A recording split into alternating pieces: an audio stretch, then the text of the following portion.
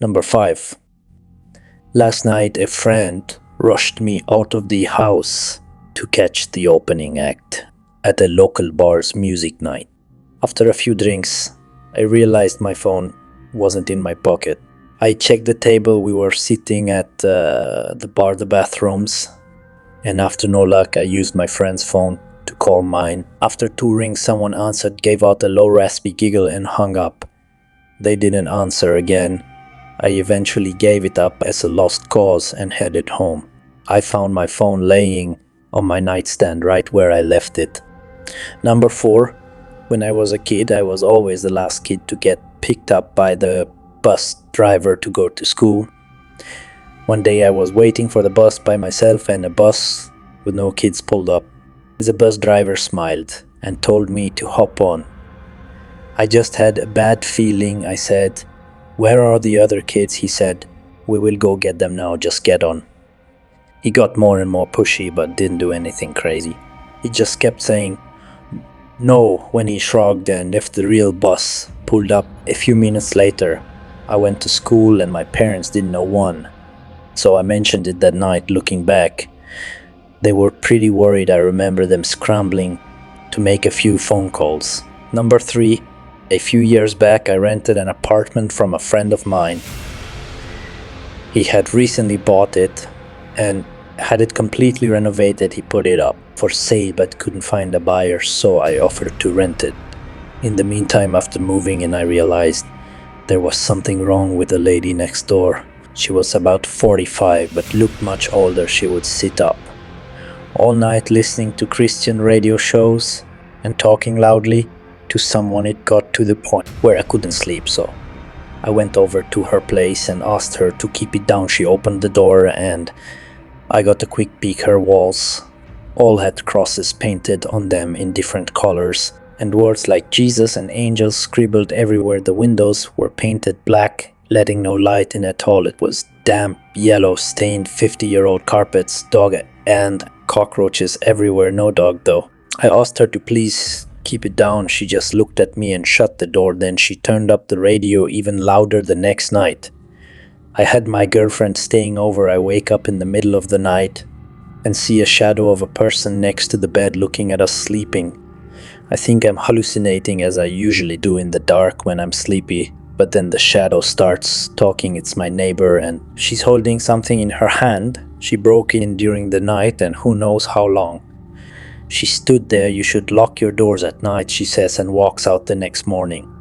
I hear someone making strange noises below my bedroom window. It's my neighbor talking to herself in tongues. She has a plastic bag in her hand with her rotting dead dog inside. It's hot as hell outside, and I can smell death from that bag at this point. I'm scared shitless. She's obviously very insane. I go upstairs and knock on another person's door and asked him what the hell's going on. The guy's as scared as me. Apparently she broke into his apartment one evening while he was watching TV with his kids. He got up from the couch to get a snack only to find her behind the couch staring at him holding a power drill. Come to think about it now, I know what was in her hand. At this stage I'm basically myself. I call the cops and they know all about her. Apparently she's a violent schizophrenic and she hasn't taken her meds, but they can't force her or enter her apartment without her permission because she owns it.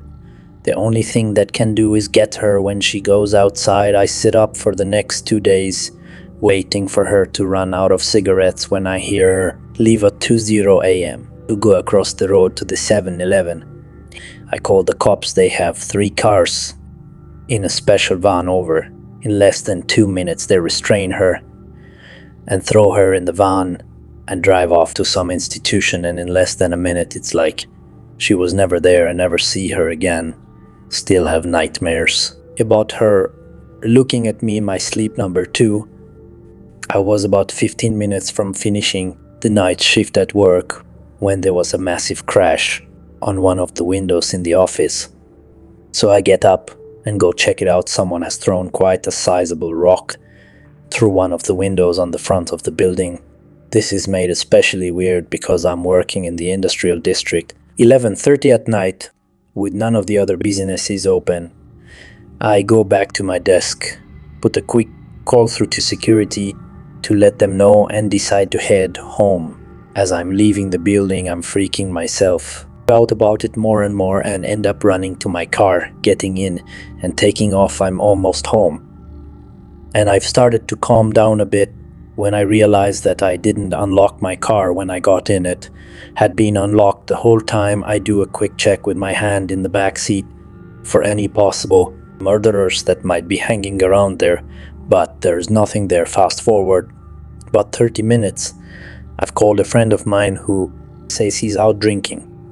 So I decide I'm going to join him. I jump on my bicycle and started riding over. I'm doodling along the road on my bike. It's a nice night and I'm in no big rush, just enjoying the moonlight, when I hear someone riding behind me. I straighten up and stick to one side of the road. He passes me really slowly, and when he's right beside me, he shoots me a smile, and I can describe it as purely insane. I kind of flinch, and I'm taken aback as he rides on. That's when I realize he's riding my mom's bike. Needless to say, I sprint the hell home. When I get there, sure enough, her bike is missing and one of my car's doors is open, the back left one. Driving and had no need to open that door, the number one. I worked at the campground on night shift, 12 AP. 0 RM every night. It wasn't bad. I would bring in my PS2 and game a good portion of the night, only having to deal with 1 or 2 people on busy nights.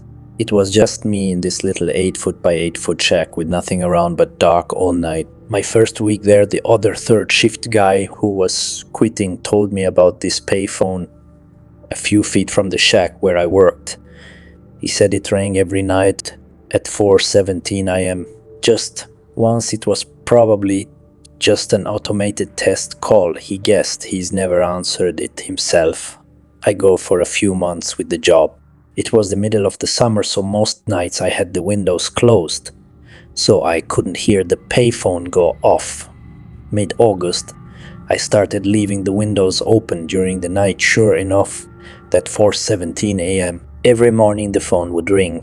Once the ring even sounded creepy, like the payphone was submerged in water. And then put where it's at. One night I got up, the nerve to answer it. I set an alarm at 4:15 and would go wait at the phone until it rang. When it did, I answered it. But there was no sound, just dead air, like someone was on the other line but wasn't answering. I said hello a few times and hung up. I did this every night for a week with the same results. I didn't think anything of it and left it alone after that for about a month. The first week of October, I decided to answer the phone. Once again, I set my alarm, and when the time came, I answered the phone. I repeatedly said hello into the phone. Then I heard what sounded like someone inhaling through clenched teeth. The voice that sounded was rough and sounded like he had gargled gravel. He said my name, my complete name, first, middle, and last. It was a voice. I've never heard my voice, caught in my throat, and I hung up. I rattled some change into the payphone and hit star 69. The number had come from California. I lived in Indiana.